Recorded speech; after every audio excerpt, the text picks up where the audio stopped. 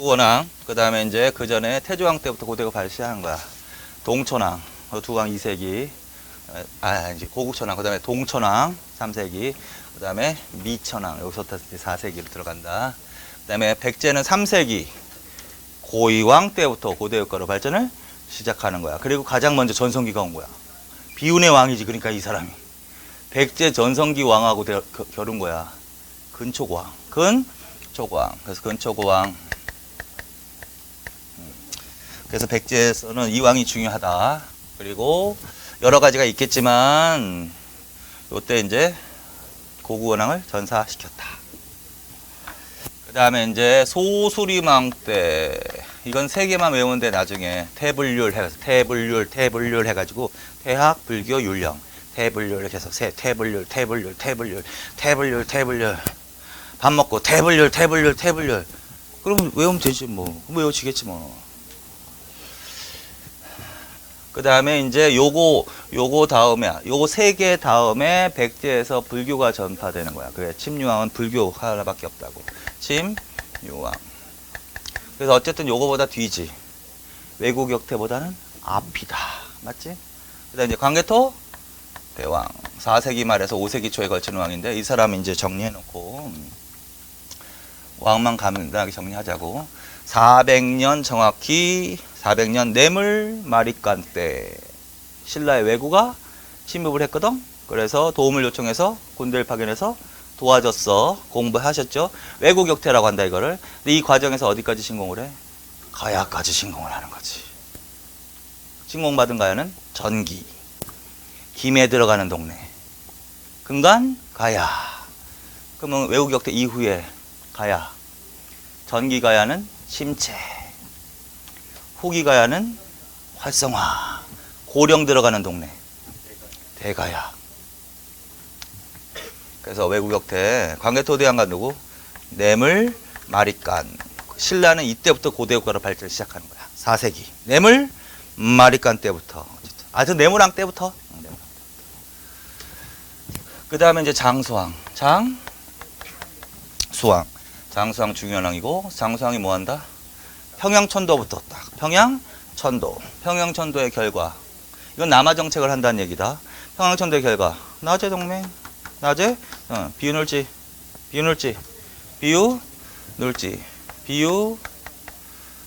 사이에. 비유눌지. 이건 뇌물보다 뒤라는 거지. 비유눌지. 이거 5세기로 가는 거지. 그래서 낮의 동맹 있고. 그 다음에 쳐들어가지. 수도로. 그래서 계로왕을 전사시켰다. 한성 함락. 백제는 한강 상실. 고구려는 한강 차지. 그 다음에 이제 웅진시대, 웅진천도. 웅진시대 두 왕. 는 필요 없고. 동성왕과 문영왕. 이때부터는 6세기, 5세기. 그러나 수도는 웅진. 웅진시대의 신라와 낮의 동맹을 더욱더 강화하는 동맹을 체결합니다. 그걸 결혼동맹이라고 하는 거지. 동성소지. 비유눌지와 동성소지.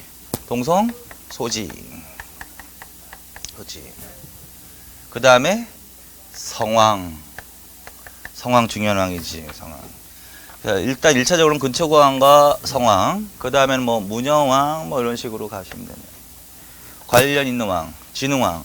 근데 진흥왕 전에 두 왕, 6세기 스타트 지중왕. 그래서 지중왕, 그 다음에 법흥왕, 그 다음에 진흥왕, 뭐 대충 이런 식으로 가는 거지. 진흥왕. 역사적 사실.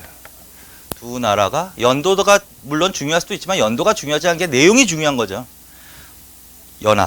연합해서 한강을 다시 찾았습니다. 처음으로 남한강역으로 진출했습니다. 단양, 적성, 비. 그런데 배신을 때립니다. 2년 후에 신라 진흥왕이. 그래서 신라가 한강을 단독으로 점령합니다. 싸웠습니다. 낮의 동맹 결렬. 그리고 이제 신라가 한강 하류까지 완전히 차지했다. 그래서 성왕이 분했습니다. 그래서 그 다음에 관산성 전투에서 전사했습니다. 그 다음에 비석, 북한산비가 나오는 거지. 서울 점령했으니까 산 나와야 돼. 북한산비. 그 다음에 밑으로 가야 돼. 가야 창녕비. 그리고 대가야 멸망. 황초령비, 마올령비석. 머풍왕 때 대가야와 결혼 동맹을 체결했습니다. 금강가야를 멸망시켰습니다. 진흥왕 때 대가야가 멸망합니다. 이렇게. 그리고 나머지는 대충 몇 세기로 간다? 7세기로 간다. 그리고 신라에서는 요 세 왕이 제일 중요해. 지증왕, 버풍왕, 진흥왕. 요 세 사람이 단독으로 나오는 왕들이니까. 자, 그래서 이제 그걸 좀 확인하시자고. 4, 6세기 개관, 이거 좀 자습할 수도 용도로 내용을 충실하게 나름대로는 실어놨으니까 이거 열심히 주고 나서 하나 읽으시면 된다. 4, 5, 6세기 읽으시고, 이 부분이 중요한 거지, 결론은. 넘기시고. 그 다음에 7세기는 고구려와 수가 뭐? 전쟁하는 거다. 이것도 간략하게 자주 나오는 부분은 아니지만 간략하게 정리할 필요는 있다. 7세기 수나라와의 전쟁과 관련되는 문학작품이 하나 나온다. 을지문덕의 여수장 우중문시. 그게 살수대첩과 관련되어 있는 문학작품이야. 살수대첩. 수나라 장수 우중문에게 보내는 시. 여수장 우중문시. 뭐가 관련 있다고요? 살수대첩. 그러면 이제 이걸 주면은 몇 세기 물어보는 거야? 일단 7세기 물어보는 거야. 그러면 7세기 고구려는 누구하고 전쟁할 때다? 수나라하고 전쟁하고, 그 다음에는 당나라하고 전쟁할 때다. 그래서 이 부분도 한번 정확하게 읽어보시라고. 순서는 어떻게 된다? 순서는 십자형 외교 당연히 나와야 되고, 십자형 외교. 십자형 외교는 무슨 외교래?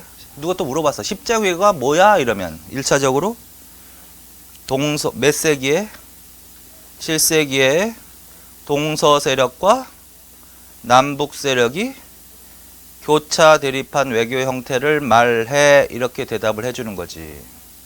그러면 듣는 사람이 의문이 생기겠지 또? 그럼 동서 세력과 남북 세력이 뭐야? 이렇게 물어볼 거 아니야, 당연히. 또 그러면. 그럼 얘기해주면 되지.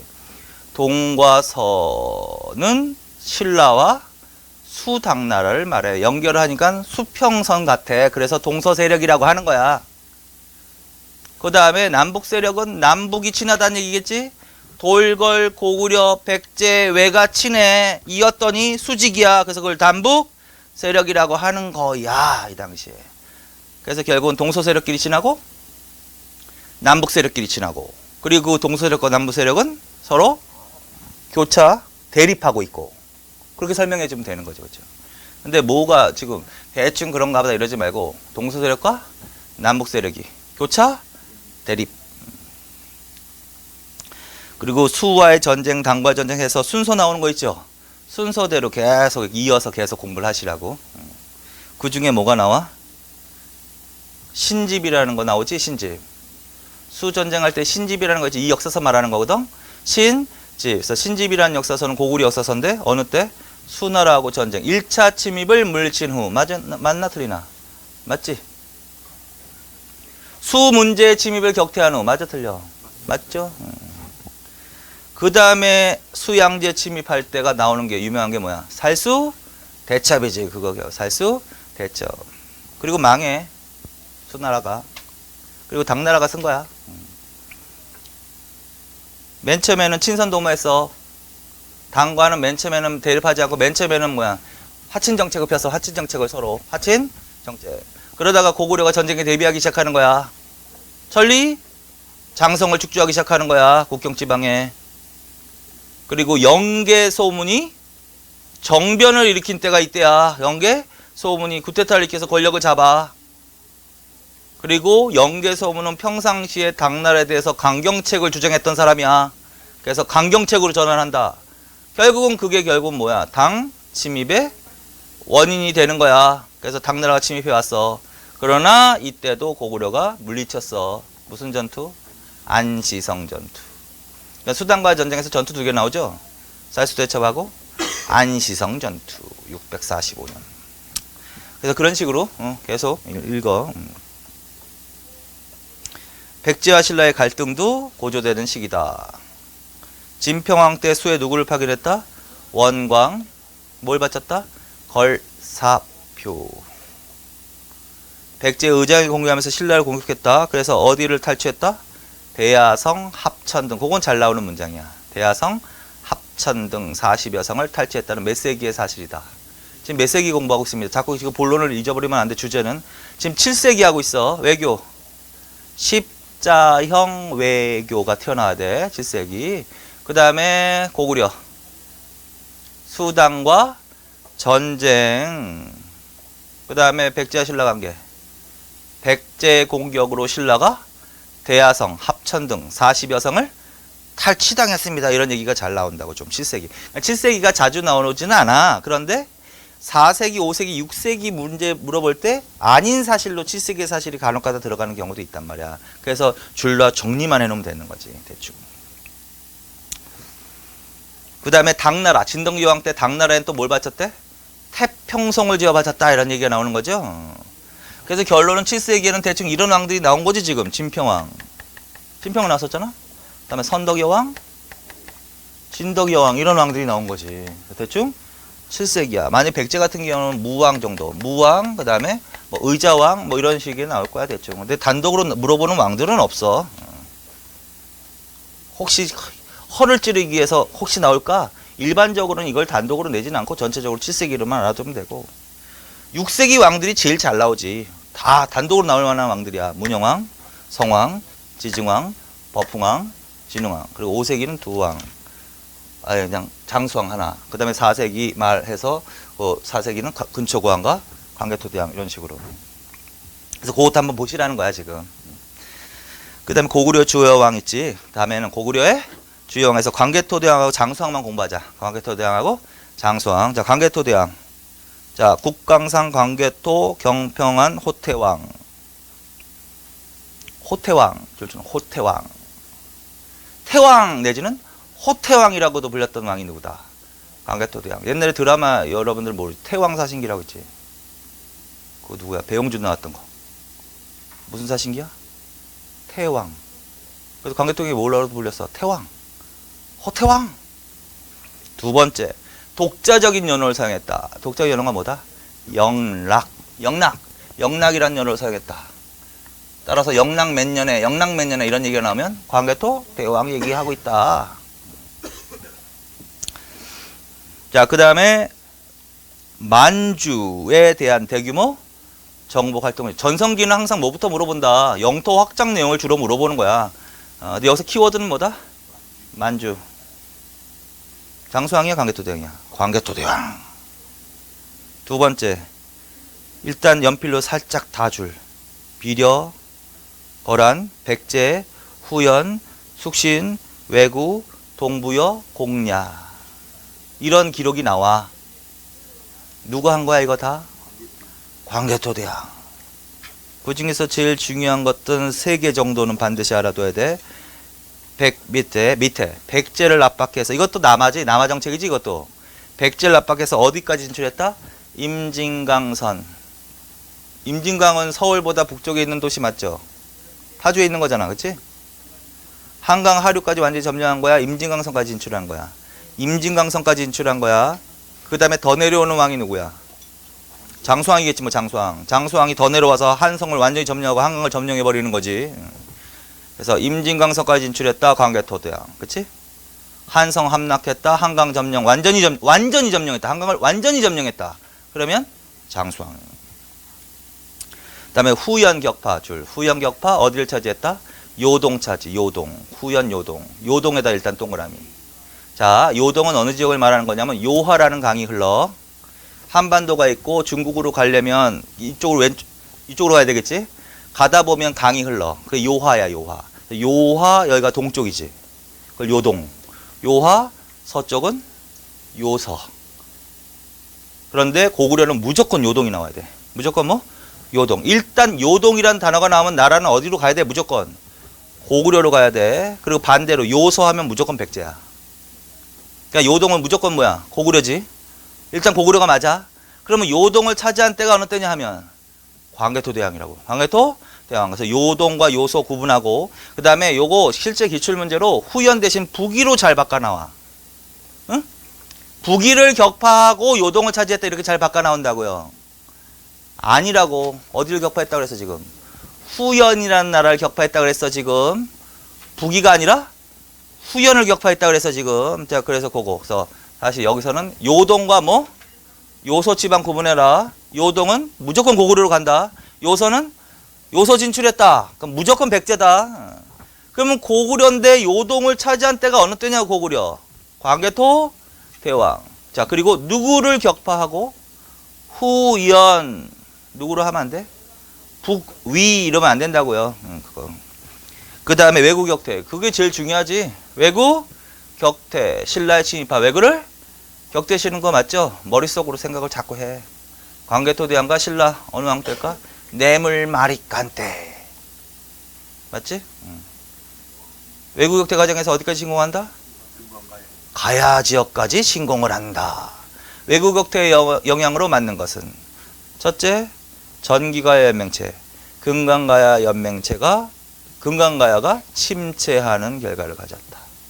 따라서 왜구 격퇴 이후에는 후기가야 연맹체, 고령의 대가야가 활성화 된다. 이렇게 가는 거지.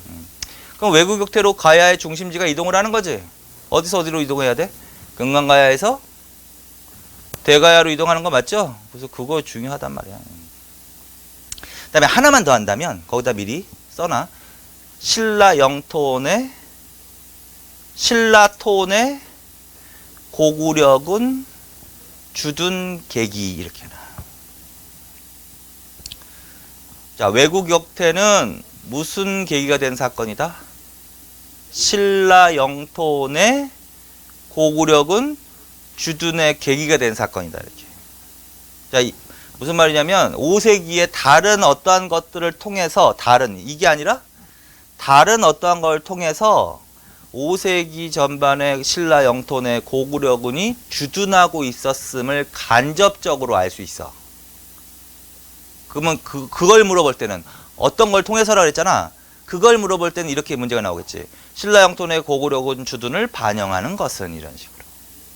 그게 두 가지가 있어. 호명 그릇하고 중원 고구려비. 나중에 또 한번 볼 기회가 있는데 호명 그릇하고 중원 고구려비 요 두 개는 뭘 반영한다? 신라 영토 내 고구려군 주둔을 반영한다 이렇게 나온단 말이야. 그러면 신라 영토 내 고구려군이 왜 주둔하게 됐냐 생각을 하게 될 거 아니야.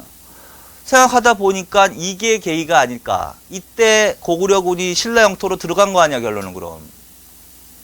그리고 그 이후에 결국은 철수를 하지 않았다가 되는 거지 결론은. 그래서 결국은 뭐의 계기가 된 사건이다.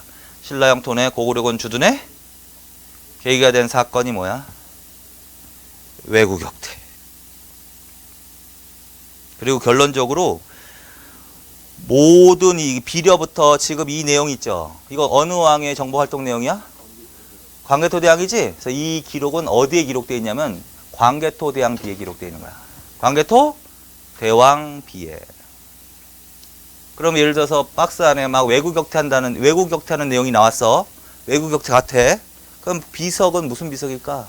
광개토 대왕 비가 답이야. 그거 물어보는 거야. 거기까지. 다음에 장수왕으로 갑시다. 자, 장수왕비. 장수왕비래.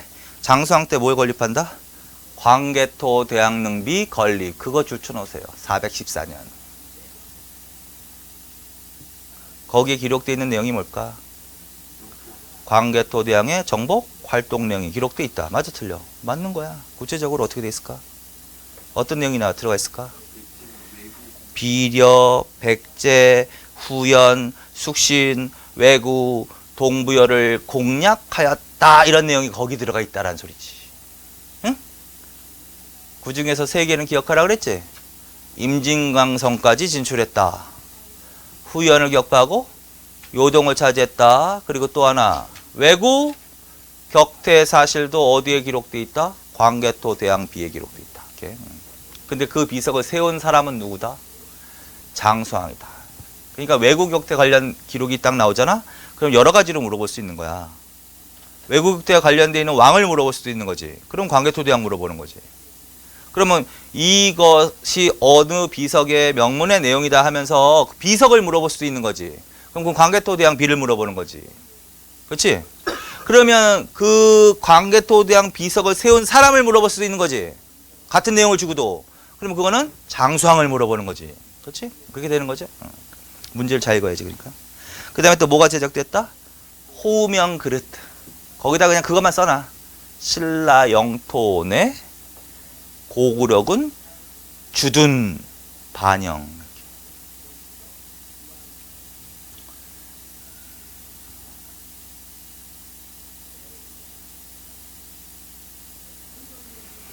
자, 그 다음에 평양 천도. 이거 중요한 사실 맞죠? 평양 천도 남하 정책을 본격적으로 한다는 얘기지. 그리고 평양 천도하고 평양에다 궁궐 세우는데 그걸 안학궁이라고 하는 거야. 안학궁. 자, 광개토대왕비 건립, 평천도 다 어느 때 사실이다? 장수왕 때 사실입니다. 맞죠? 근데 먼저는 뭐다? 광개토대왕비 건립이 먼저입니다. 그 다음에 평양 천도. 그게 기출 문제라니까. 순서발 잡는 문제. 어렵잖아. 그렇게 나오면. 같은 왕인데도. 그치? 같은 왕끼리 나오면 어려운 거잖아요. 보통은 왕이 달라. 다 4개가 다 달라. 그러니까 순서 대충 맞추기 한다고 말이야. 근데 같은 왕에서 2개가 나오면 어려워지는 거지. 그런 게 아까 뭐도 있을까? 버프왕 때 대가야와 결혼동맹을 체결했습니다. 금강가야를 멸망시킵니다. 같은 왕이잖아. 그것도 베프왕. 그것도 나오면 어려워지는 거지. 근데 뭐가 먼저야? 결혼동맹이 먼저지. 그치? 그런 식으로. 자, 그래서 비건립, 광개토대왕 비건립, 그 다음에 평양 천도. 의미는 남하 정책을 본격적으로 하는 거라고. 생각하는 게 지금 귀찮아서 그런 거죠. 그쵸? 저도 맨 처음에 그랬어요. 생각하는 게 귀찮은 거야. 자꾸 공부하면, 이 하나 딱 나오면 공부했던 거 자꾸 연결시켜 또 한번 생각해보고. 이게 귀찮은 거야, 사람들이. 근데 귀찮은 걸 할수록 실력이 늘어나는 거야. 편하게 살면 이 세상에 얻어지는 건 하나도 없다. 머리를 귀찮게 구셔야 된다. 머리를. 평양천도 하면 뭐가 생각이 나야 돼? 나제동맹. 또 반복할 수 있잖아. 머릿속으로 한번 생각하자. 나제동맹이 그 다음에 체결됐을 거 아니야. 그리고 그 상태에서 다시 백제수도로 쳐들어가서 한성을 점령했다. 이런 얘기 있었잖아. 다시 생각해보고. 그 다음에 충주 중원고구려비 건립. 이거는 견해드립니까? 연도를 외우지 말고 그냥 충주 중원 고구려비 2개 비석. 결론. 장수왕 때 비석 2개 세워진 거지. 광개토대왕비하고 충주 중원고구려비 요 2개 비석은 다 장수왕 때. 그 사이에 하나 딱 끼워놔. 평양천도.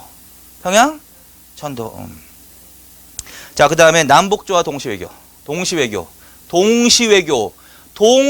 나오는 순간 장수왕으로 무조건 가. 아까 얘기했죠. 전체적으로 북쪽에 있는 나라하고 고구려는 교류하는 거고 남쪽에 있는 나라하고 백제가 교류하는 건데 아까 동시외교 이렇게 나온다 했잖아. 동시외교. 남북조? 동시외교 하면 어느 왕을 무조건 장수왕으로 가는 거야. 장수왕. 흥안령 일대 초원지대. 이것도 요새 잘 나오는 문장이야. 흥안령 일대 초원지대 장악은 누구야? 일단 장수왕. 한번 근초고왕으로도 바꿔 나온 적이 있고 경찰 시험에서는.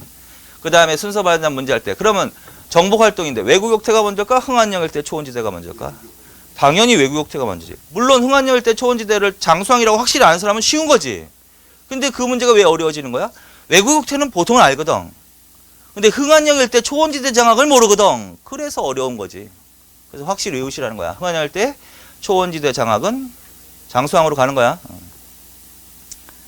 초원지대도 필요 없고 흥안령. 자, 그 다음에 어디를 함락했어? 한성. 이게 그 얘기가 그지? 계로왕 죽인 거. 그치?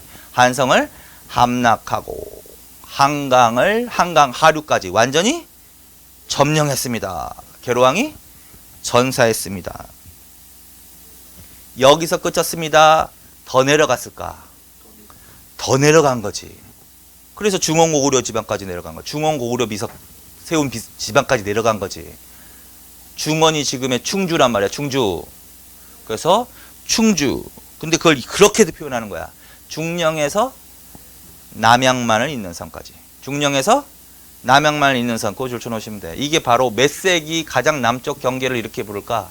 5세기 가장 남쪽 경계. 장수왕 때에 가장 남쪽 경계를 이렇게 부르는 거야. 중령에서 서해안의 경기도 남양만. 중령에서 남양만을 잇는 선. 그 성까지 진출했음을 반영하는 비석 이렇게 만약에 물어보면 무슨 비석을 물어보는 걸까? 광개토대왕비는 아니겠지 설마. 중원 고구려 비석. 이렇게 거기까지. 그다음에 넘기세요. 아 소수리망고 3개. 태불률이라고 했지 아까. 태불률. 태불률 요것도 잘 나오는 거야. 소수리망 특히. 태약 불교 율령반포 이렇게. 자 그래서 요 중심으로 보세요. 나머지는 이제 자습을 하시란 말이야. 자 그다음에 백제로 가. 백제는 어느 왕을 본다? 근초고왕으로 간다. 근초고왕이 이때가 백제가 전성기라는 거지. 전성기. 고구려의 어디를 공격했습니다? 평양성 공격. 고구원왕을 전사시켰습니다. 그리고 어디를 차지했습니다? 황해도를 차지했습니다. 그리고 어디를 통합했습니다? 마한줄. 어디에 대해서도 지배력을 행사했습니다? 가야줄. 뭐 3개 외우면 되잖아. 결국은 3개잖아 일단. 뭐야? 북으로는 고구려를 쳐서 고구원왕을 전사시킨 거지. 지역으로 따지면 황해도 차지. 그 다음에 마한을 완전히 통합. 그 전까지도 마한 지역이 완전히 통합되지 못했는데 근초고왕 때가 백제가 어느 땅에서 나왔죠? 마한에서 나왔잖아. 그러니까 마한을 완전히 통합했다. 그 다음에 어디에 대한 지배력도 행사했다? 가야. 그래서 황해도, 마한, 가야. 맞지? 그 다음에 이제 그러한 막강한 군사력을 배경으로 해외까지 진출한단 말이야, 이때가. 백제인들의 해외 진출이 활발하던 시기라고, 이때. 그래서 그 해외가 어디래? 어디래요? 산둥, 요서, 규슈. 요서야, 요동이야. 요서. 요동은 무조건 고구려. 요소 진출은 무조건 백제. 백제인들의 요소 진출이 활발했다. 어느 왕 물어보는 거다. 근초고왕 때 물어보는 겁니다. 근초고왕 때. 그래서 그거 반드시 6개잖아 그럼. 황해도, 마한, 가야, 산둥, 요서, 규슈 이런 단어가 나오는 순간 근초고왕. 자, 그 다음에는 나머지는 그냥 한번 읽어. 중요한 거긴 하지만 문화편에서 나오고 막 이런 것들이니까 지금은 정치니까 영토 확장만 주로 하자고요. 영토 확장. 근데 여러분들이 스스로 공부할 때는 전체적으로 다 읽으세요. 다. 왕은 정치만 나오지 않거든. 전체 다 나오거든. 그래서 근초고왕 때 일본의 칠지도가 건너갔습니다. 이런 얘기도 나오고 뭐 아직기 왕인 이런 얘기도 나오고 막 이런 얘기 나온단 말이야. 그래서 그건 나중에 또 보자고. 자, 그 다음에 또 어느 왕으로 간다? 동성왕 때 중요한 거 하나 있지. 아, 비유왕 때 뭐 있다? 나제동맹. 그거 중요한 거지. 비유왕보다는 그 나제동맹이 중요한 거다. 나제동맹. 나제동맹의 배경은 뭐야? 평양천도가 바로 튀어나와야 돼. 평양천도, 그 다음에 나제동맹. 비유, 눌지 말 사이에. 그렇게 해서. 그 다음에 계로왕은 전사. 문주왕 때 웅진 천도. 동성왕 때 신라와 결혼 동맹. 그것도 기억하시고. 그때 지금 한다. 신라 이찬 비지의 딸을 아내로 맞이했다. 이렇게 됐죠? 비지의 딸 줄쳐나 비지 줄쳐나 비지. 이찬 이렇게 나올 수도 있고 이벌찬 이렇게 나올 수도 있거든. 근데 그건 상관하지 말고 누구의 딸이라고 해야 돼? 비지의 딸 하면 뭐야? 신라와 동성소지 간의 결혼 동맹을 말하는 겁니다. 이렇게. 그다음에 문영왕. 윤영은 뭐라고도 불렸다? 영동대장군 사마왕이라고도 불렸다. 이거는 이제 공주 문영왕릉 줄 때 이런 용어가 나올 수 있어. 영동대장군 사마왕 하면 누구다?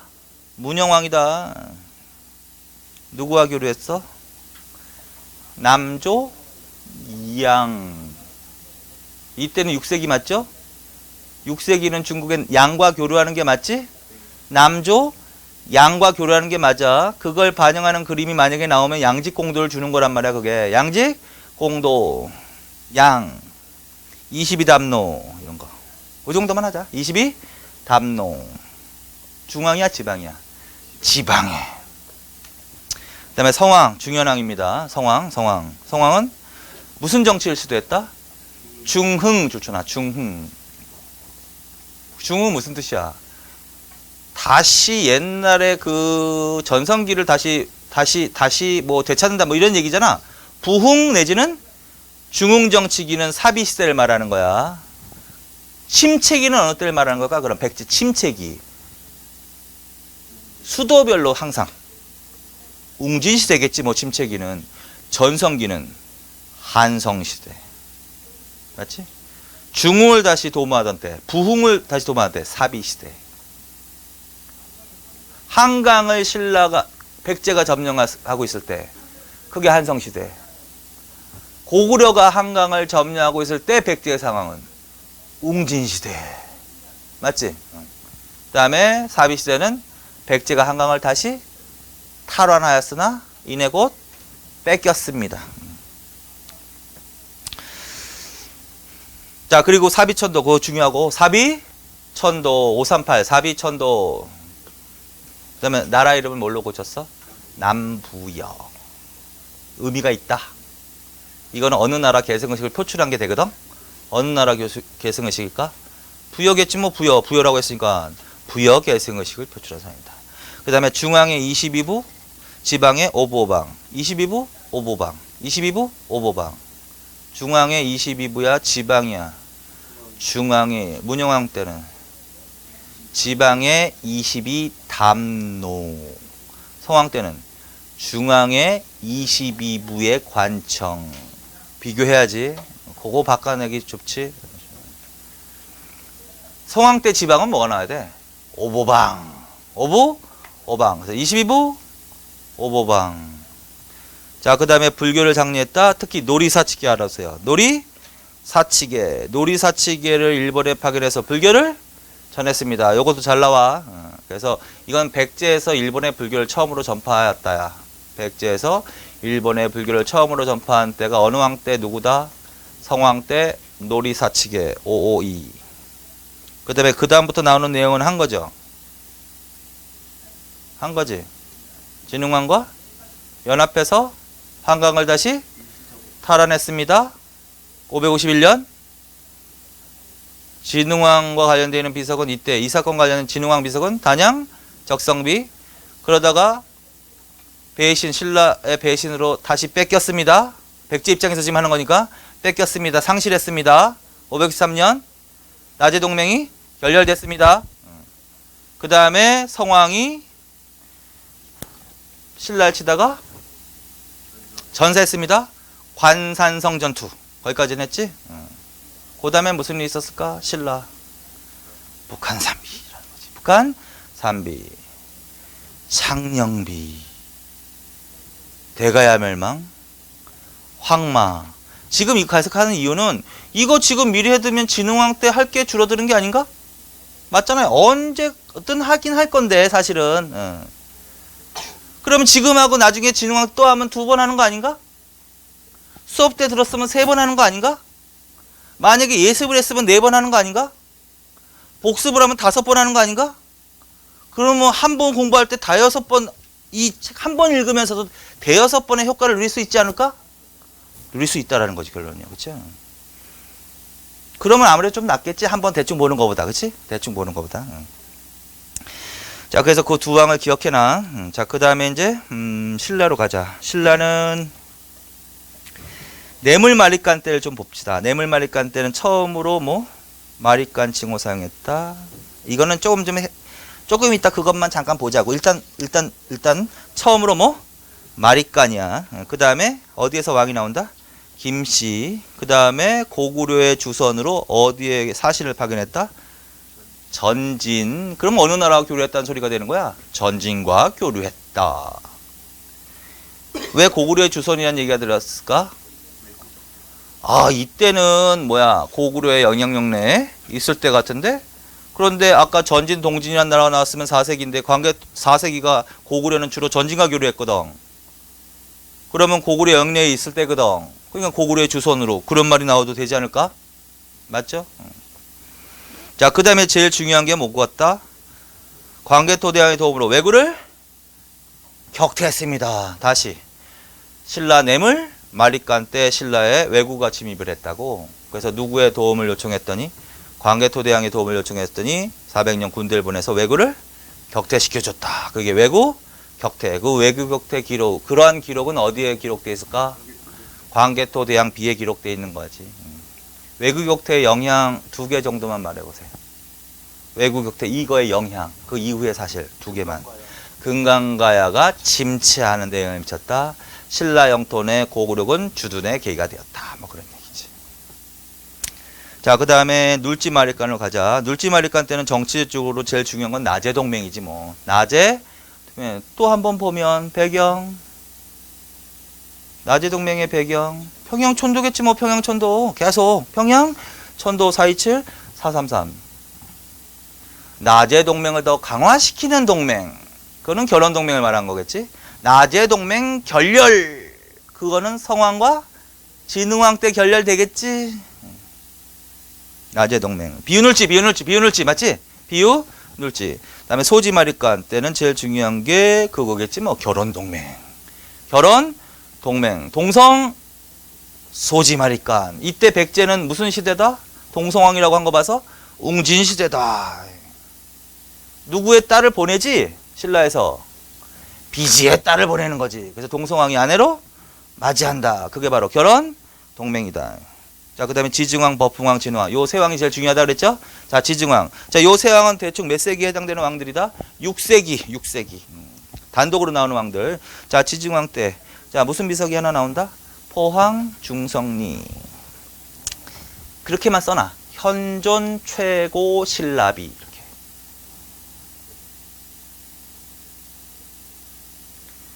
현존 최고비라. 그러니까 현재 발견된 신라 비석 중에서 가장 오래된 거.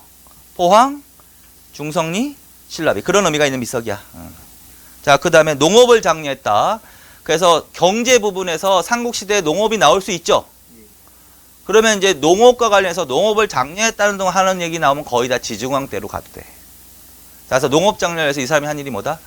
우경실시. 우경 일단 반. 우경이 뭘까? 우경. 우는 소, 경 밭간다. 그러니까 밭가는데 가축, 소를 이용하는 거야. 우경 실시. 그 다음에 순장 금지. 자, 신라 사회에서도 순장의 풍습이 있었다고. 이건 어떤 의미가 있냐면 순장의 풍습이 있어서 왕이 죽으면 그거 생활했던 물건이라든가 아니면 모시던 사람들까지 같이 한꺼번에 확 물어버리는 거야. 근데 삼국시대에 와서 뭐가 중요시대? 농업이 중요시대거든. 근데 산 사람하고 가축 이런 걸 묻어버리니까 노동력을 살아있는 노동력을 묻어버리는 거 아니야. 그게 안 된다는 거야. 그래서 대용품을 묻기 시작해. 순장을 금지하고 대용품을 묻는다고 이때부터. 자, 그래서 결국 순장 금지는 무슨 의미도 있냐면 농업을 장려하는 의미도 있다. 이런 식으로 알아주시면 돼. 그래서 우경, 순장, 금지, 지증왕. 자, 그 다음에 한화정책. 한화정책은 그냥 어떤 얘기냐면 한화정책은 중국식으로 고치는 거야. 무슨 뭐냐면 명칭이나 칭호 이런 것들을 중국식으로 바꾸는 거야. 그러니까 각종 제도를 중국식으로 바꾸는 거야. 왜 그러냐면 우리나라보다 아직 중국이 선진국이었으니까 이 당시에는. 그래서 중국의 선진 제도를 받아들여서 중국식으로 바꾸는 걸 어쨌든 무슨 정책으로 한다? 한화 정책으로 한다. 그래서 한화 정책의 일환이야. 그 밑에 있는 게 왕, 신라, 군현제. 그 세 개 딱 뒀잖아. 지증왕 때 왕을 뭐라고 불렀다? 처음으로 왕이라고 불렀다고. 그전에는 마리간이라고 불렀거든. 그래서 중국식 왕호 사용. 그리고 나라 이름도 맨 처음에는 신라 이렇게 안 돼 있었어. 근데 정식으로 나라 이름을 어떻게? 신라로 바꾼 거가 어느 왕 때부터? 지증왕 때부터. 그 다음에 군현제는 이건 지방제도 말하는 거야. 군현제 정비. 자, 그래서 왕, 신라, 군현제 정비, 지증왕. 자, 그 다음에 영일, 냉수리비. 나중에 합시다. 그 다음에 경주에 뭘 설치했어? 동시와 동시전. 어디를 복속했어? 우산국. 우산국. 누구로 하여금? 이사부. 어디를 말하는 거야? 울릉도와 독도. 자, 법흥으로 갑시다. 법흥왕은 통치체제 관련해서는 병부. 위에다가 최초 중앙관청. 이렇게. 신라에서 최초로 설치된 중앙관청이 병부야. 병부. 부. 담당 업무는 뭘까? 병부라고 했는데 병, 군사. 그래서 신라의 중앙행정관청은 어느 왕 때 무슨 부를 시작으로 한다? 버풍왕 때 병부 설치를 시작으로 이렇게. 상대등 설치, 율령, 공복제정, 17관등제 이렇게 딱 줄쳐놓으면 돼. 이게 다 통치체제 정비하는 거 맞죠? 17에다가 동그라미 쳐놓고 그건 확실히 외워. 17관등제가 있었던 나라.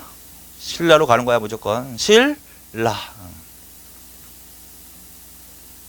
위로 백제로 가자. 고이왕. 고이왕 때 그거 줄쳐놔. 율령, 육자평, 16관등 그만 줄쳐놔. 몇 관등이야? 16관등. 왕을 떠나서 16관등제 하면은 백제, 17관등제 하면 신라. 그거 두 개만 계속 외워. 자, 다시 버풍왕으로. 대가야와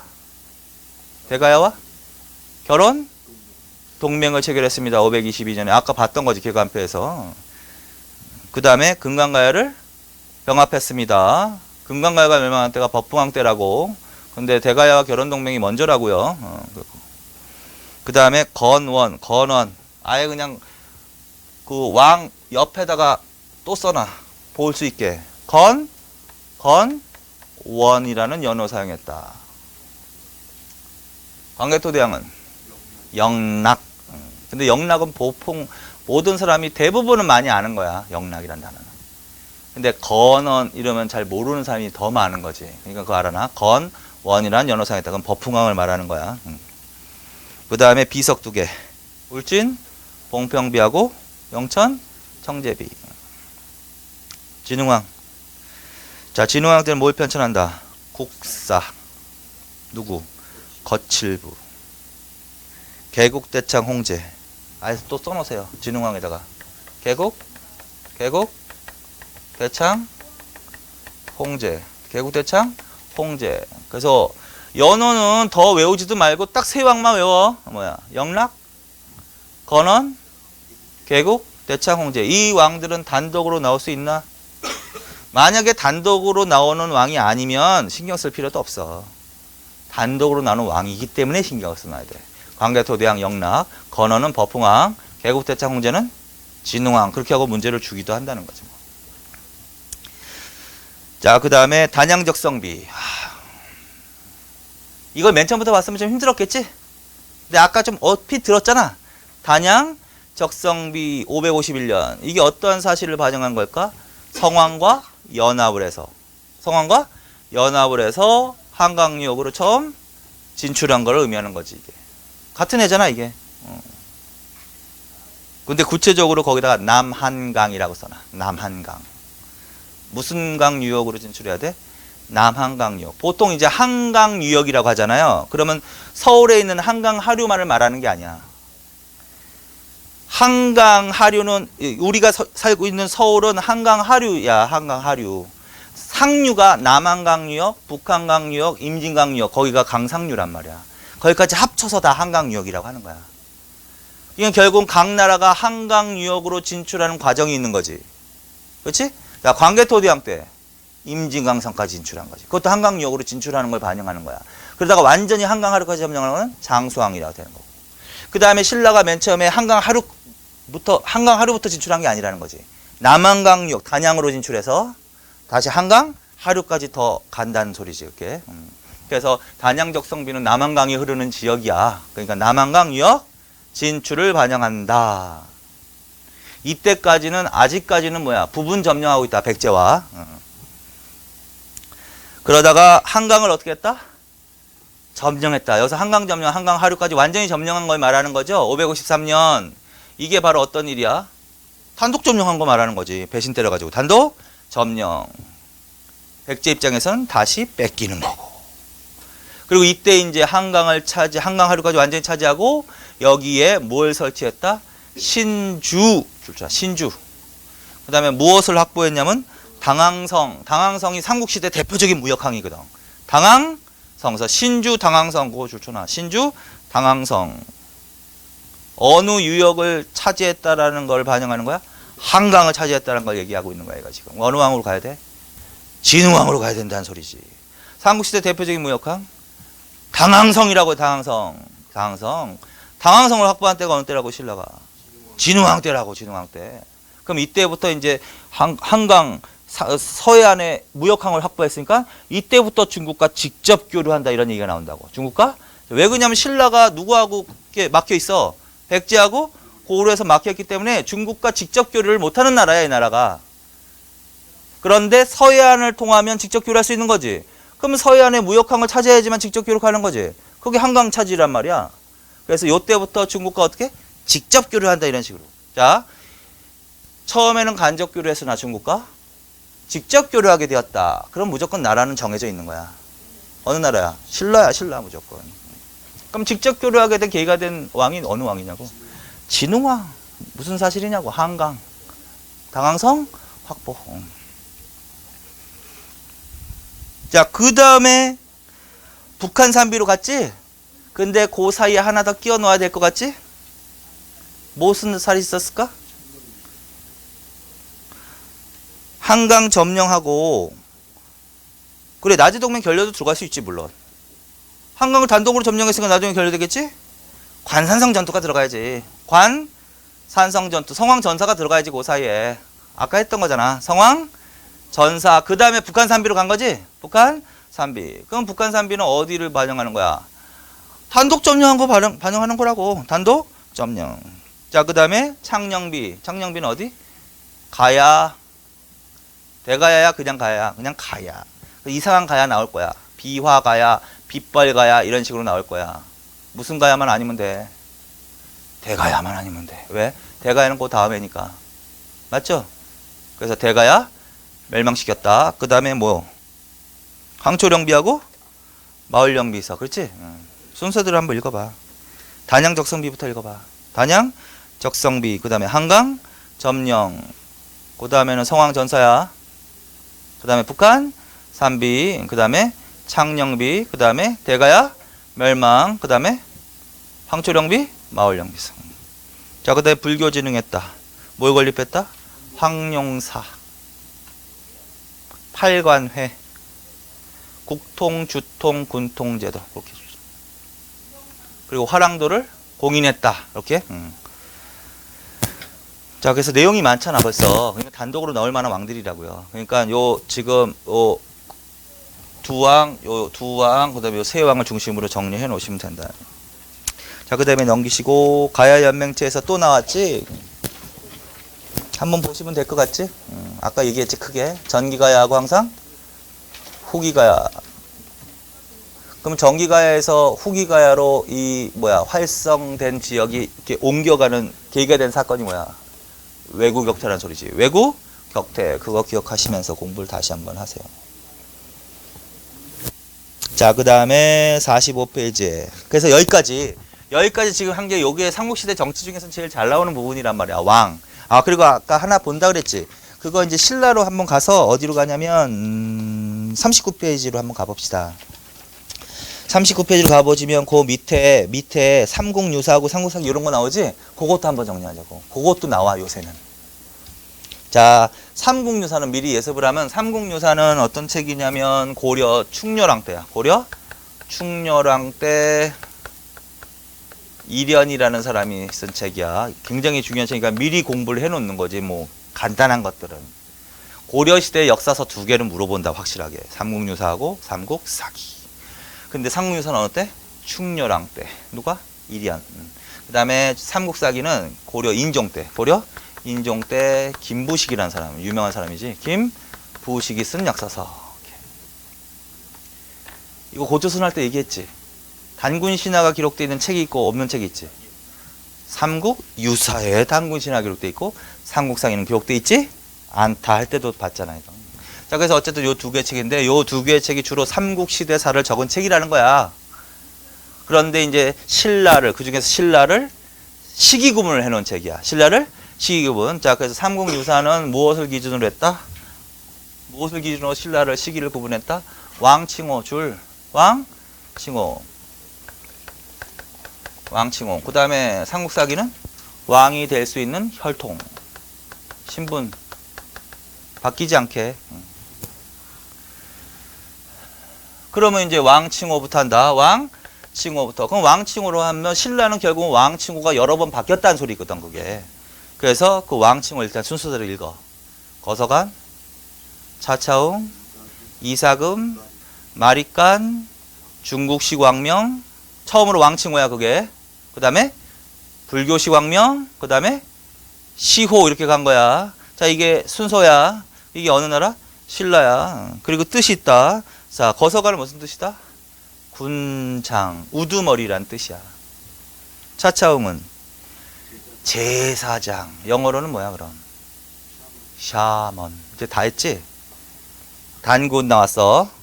단군 나왔어. 천군 나왔어. 차차웅 나왔어. 요 세 개 공통적인 의미가 뭐야? 샤먼이라고, 샤먼. 이게 어느 시대? 신석기 시대에 뭐가 관련있다? 샤머니즘과 관련있는 거. 그래서 세 개 다 나온 거잖아, 지금. 그래서 차차웅은 신라 왕호 중에 하나인데, 무슨 뜻을 갖고 있다? 제사장. 그리고 이 거서관과 차차웅, 요 시기가 뭐야? 제사와 정치의 기능이 뭐? 분리된다. 그것도 좋잖아. 그 다음에 이사금. 이사금이라고 불렸을 때는, 이때는 무슨 뜻이다? 이게 연장자.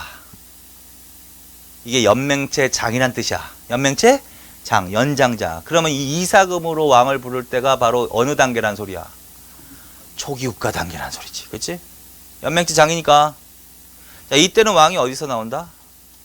박석김 세성에서 교대로 배출했다. 자, 그래서 이사금, 박석김 교대. 그러다가 이제 뭘로 간다? 마리간으로 가는 건데, 마리간은 무슨 뜻이다? 앞에 반드시 대자가 붙어야 된다. 대군장. 처음으로 마리간 치료를 사용한 사람이 뇌물마리간이란 말이야. 그래서 이때부터 고대국가로 발전을 시작하는 거야. 그래서 신라가 고대국가로 발전을 시작할 때 부르기 시작한 이름이 뭐다? 마리간이라고. 마리간. 그리고 이때는 어디서 왕이 나온다? 김씨. 마리간 바로 전에는 뭐라고 불렀어? 이사금. 그땐 단계는 초기 국가 단계야. 아직까지 초기 국가 단계. 왕은 박석김. 고대 국가로 발전 시작하면서는 그렇게 나오면 안 되지. 왕칭호도 마리간이라고 나와야 되고, 왕도 김씨에서 나와야 된다. 이렇게 해야 된다. 그리고 처음으로 중국식 왕명을 사용한 사람이 지증왕이다. 지증왕. 그 다음에 이제 뭐야? 불교식 왕명 시대는 법흥왕, 진흥왕, 진평, 선덕, 진덕 뭐 이런 식으로 나온다는 거지. 자, 그래서 이게 지금 왕칭호야. 이걸 기준으로 시기 구분해 놓은 책이 뭐다? 삼국 유사인데 어디까지냐면 중국식 왕명 시대까지. 뭐? 중국식? 일단 그러면 그거 말고 요거까지 하자. 마리간 시대가 있는 거지. 마리간 시대가 있는 거지. 중국식 왕명 시대가 있는 거지. 그 다음에 불교식 왕명 시대가 있는 거지. 맞잖아? 그래서 마리간 시대 물어보면 다른 마리간도 나올 수 있는데 세 사람은 기억하라는 거야. 누구? 뇌물, 눌지소지. 뇌물, 눌지소지. 뇌물, 눌지소지는 다 뭐? 마리간 시대. 그래서 신라를 그렇게 물어보기도 한다. 마리간 시대에 있었던 일은 이렇게. 그러면 뇌물, 눌지, 소지 요 세 사람에서 계속 기억하시면 된다.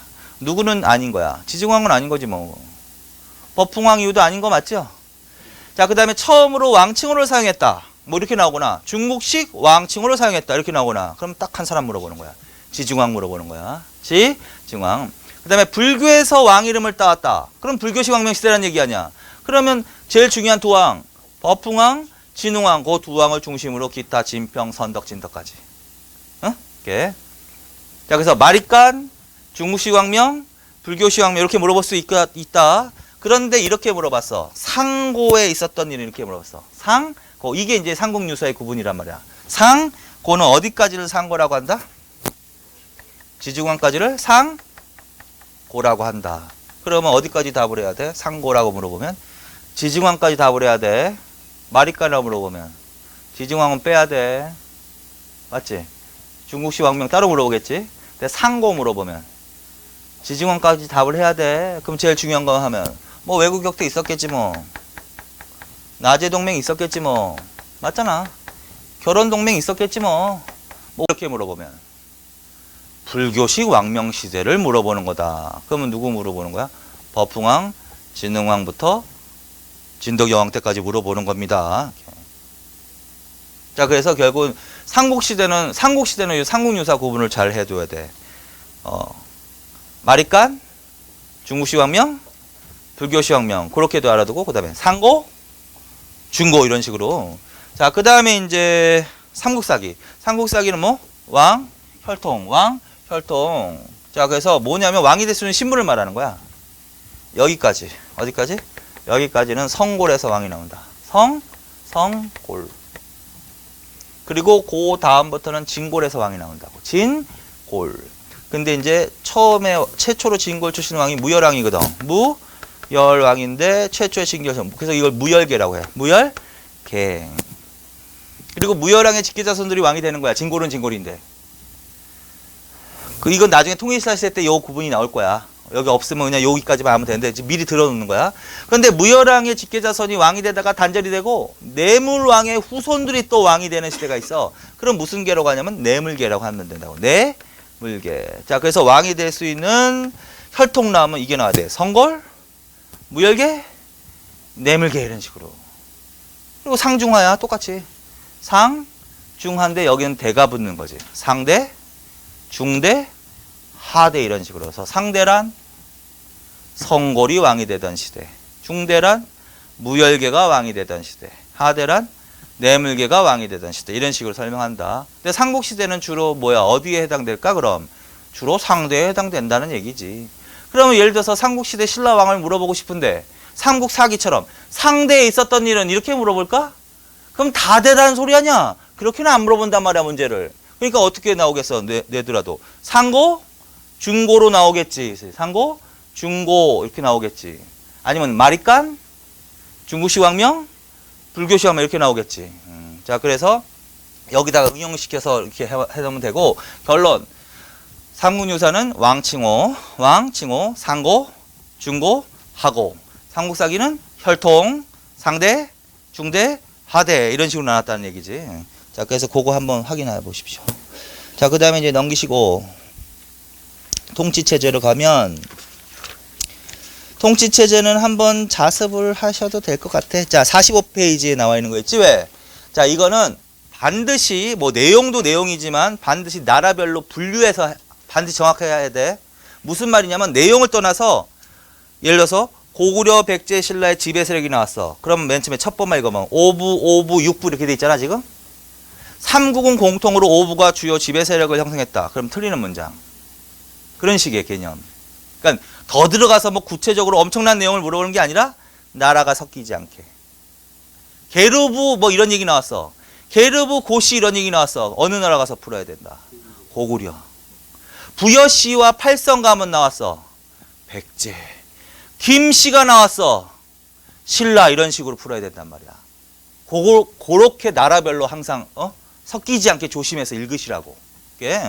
자, 그래서 그런 식으로 공부를 하시면 돼. 한 번만 읽어보자고. 지배 세력은 그렇고. 그러니까 뭐만 신경 써놓으면 돼. 오부, 육부에서. 신라만 육부구나만 신경 써놓으면 좀 되잖아. 그리고 부의 이름이 게르부, 전러부, 손오부 나오고 사량부, 양부 이런 게 나온다. 그렇지? 그 다음에 왕족과 왕비족, 게르부, 고씨, 전러부, 뭐 부여씨, 해씨, 김씨, 박씨, 왕건대 등 고추가 갈문왕 그런 제도. 고추가 갈문왕 무슨 세력이라고 했어 이거를? 왕건대 등이라고 그랬죠. 그럼 무슨 왕건대 등? 왕은 아니란 소리지 그럼. 왕의 버금가는 세력. 고추가 갈문왕. 나라별로만 구분하시면 된다. 고구려는 고추가, 신라는 갈문왕. 귀족 합의제. 이게 제일 잘 나오지 뭐. 무슨 뜻이야 귀족 합의제는? 귀족들이 합의를 했다는 소리죠. 삼국시대에도 여전히 초기 국가 때 있었던 합의제 기구가 존재하는 거야. 그래서 삼국시대에 들어와서도 여전히 귀족들이 합의해서 국가의 중대사를 결정하는 제도가 있었습니다. 그걸 귀족 합의제 기구라고 하는 거지. 다른 말로는 연합정치라고 표현한다. 귀족 연합정치가 행해졌습니다. 맞아 틀려? 그건 공통으로 맞는 거죠. 그런데 각 나라마다 회의 이름은 틀리겠지. 그래서 섞이지 않게 해놓으라고. 뭐야? 제가회의, 정삼회의, 화백회의 이렇게.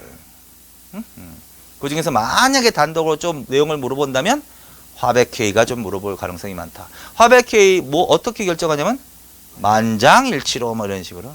나중에 사회편에서 잠깐 줄만 쳐놓으면 될 것 같아 이거는.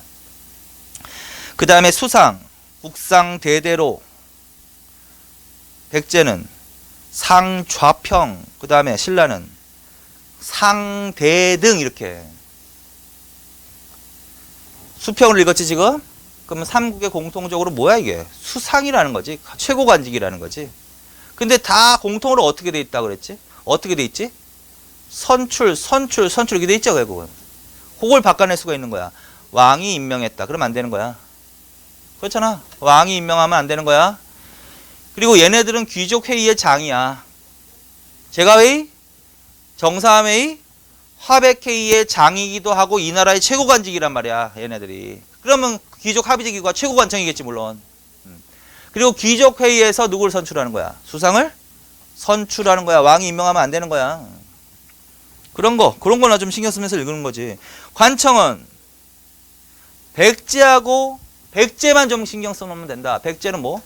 육좌평, 중화행정관청, 육좌평. 이걸 육전 조직이라고 해. 육전 조직. 무슨 말이냐면 나라의 업무를 기능별로 대략 몇 가지로 크게 나눠서 일을 시킨다? 6가지. 이걸 육전 체제라고 하는 거야. 이거 육전 체제. 그래서 삼국시대 육전 체제를 갖춘 나라가 어느 나라일까? 백제라는 소리야. 뭐 말하는 걸까? 육좌평 제도 말하는 거야. 그 이제 내신, 내두, 내법, 병관, 조정, 위사 이렇게 나와 있죠. 거기에 뒤에 끝에 좌평만 붙이면 되는 거거든. 그래서 내신좌평부터 위사좌평까지 이걸 뭐라 그런다? 육좌평이라고 한다. 육좌평제, 육전 조직이라고 한다. 신라의 중앙행정관청으로는 어느 왕 때 무슨 부가 처음으로 설치되기 시작했습니다. 법흥왕 때 병부. 그리고 필요에 따라 순차적으로 설치된 나라야. 그 중에서 집사부 하나는 또 기억해놔.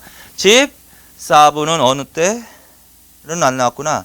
자, 책임자는 중시야. 책임자는 뭐? 중시. 기능은 국정 총괄. 그러면 국정총괄이라는 소리는 무슨 소리야? 이것도 최고관청이라는 소리거든. 그러니까 신라의 최고관청은 크게 두 개가 있을 수가 있는 거야. 화백회의하고 집사부라는 관청. 그런데 상황에 따라, 정치적 상황에 따라서 최고관청이 바뀔 가능성이 있는 거야. 자, 이 중에서 왕이 설치한 건 뭘까? 집사부고 화백회의는 원래부터 있었던 기구고, 그건 귀족들의 이익을 대변하는 기구지 왕의 이익을 대변하는 기구가 아니야. 왕이 설치했다는 것은 뭐야? 그게 왕권 강화와 직결되는 관청이거든. 그래서 화백회의와 집사부 중에서 왕권 강화와 직결되는 관청은 뭘로 가야 된다? 집사부로 가는 거야. 그러면 정치적 상황이 변한다는 얘기는 이런 거야. 왕권이 약했습니다. 이런 얘기가 나왔어. 그러면 어디가 최고관청이라는 거야? 화백회의가 최고관청이라는 거야. 그런데 왕권이 강화되었습니다. 이런 얘기가 막 나오는 거야. 그러면 따라서 저절로 집사부가 최고관청이 되는 거고 화백회의 권한은 약화되는 거야. 근데 전반적으로 볼 때 삼국시대는 그래도 왕권이 좀 약했던 시기야. 그래서 최고관청은 뭘로 가면 돼? 일단 화백회의로 가면 되는 거야. 근데 통일 이후에는 달라지지. 통일에는 왕권이 강화되거든. 그러면 어느 관청이 최고관청으로 변하게 되가? 집사부가 이제 최고관청이 되고 화백회의 권한은 이제 약화되고 이런 식이 오는 거야. 그런 것만 이해만 하시면 돼. 관등, 아까 어느 나라 외우라고 그랬어요? 백제하고 16은 외우라고 그랬지. 저 신라는 16관등제, 17관등제. 고구려는 14관등이라고 써놨지만 고구려는 책에 따라서 문헌 참고하는 책에 따라서 10, 12, 14 이렇게 여러 가지로 나올 수 있단 말이야. 그러니까 고구려는 몇 관등? 뭐만 아니면 돼. 16이면 아닌 거야. 16이면 무조건 백제인 거야. 17은 무조건 신라인 거야. 그러니까 그걸 외우는 게 차라리 낫지. 그래서 백제는 16관등, 신라는 17관등. 그런 것들 보시고. 그 다음에 복색, 색깔. 백관의 공복이라는 표현을 하거든. 백관의 공복은 공무원들의 유니폼 말하는 거야. 쉽게 말하면. 그래서 백관의 공복을 제정하고 그 공복의 색깔을 무엇을 기준으로 있나? 관등 반드시 줄쳐놔. 관등을 기준으로 색깔을 달리 절했습니다. 그걸 복색이라고 하는 거지. 그래서 관리의 복색은 두 나라. 백제는 자비청, 자색, 비색, 청색. 신라는 자비청황. 그리고 두 개만.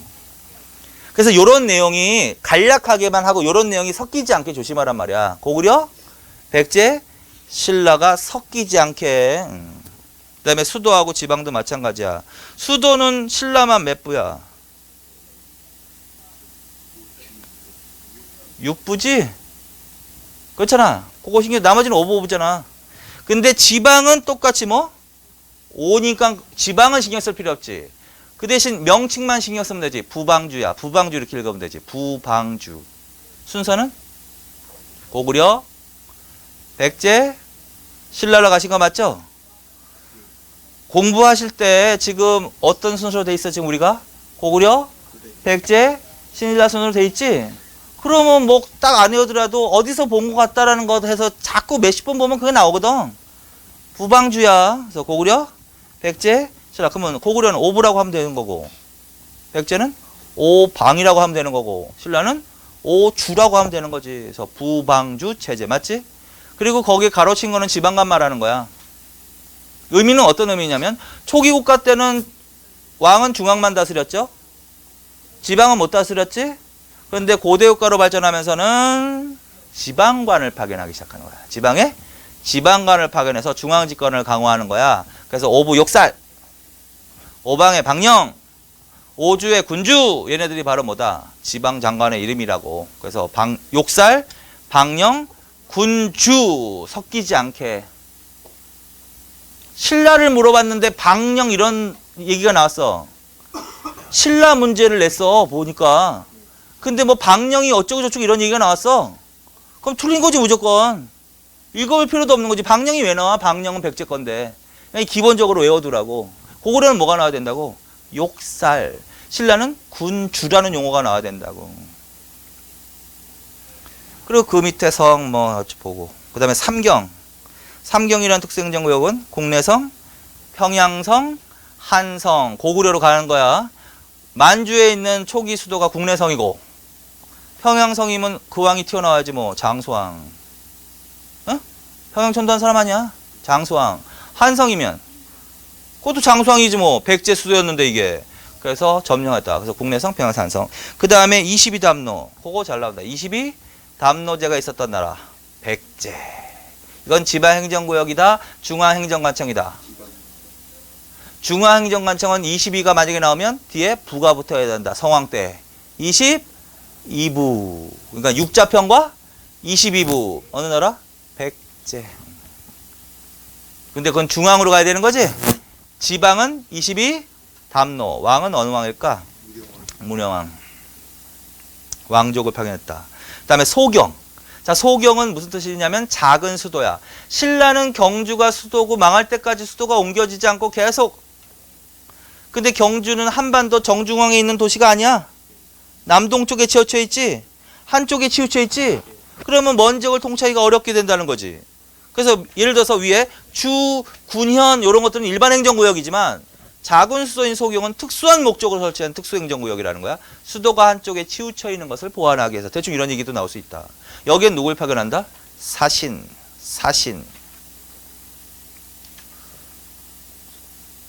주에는 누구? 군주. 맞지? 소경에는 사신. 군주가 소경을 다스리는 거야? 아니라고요. 군주는 뭐? 주. 사신은 소경. 내가 강조하는 이유는 다 나왔기 때문에 얘기하는 거야. 기출문제 다.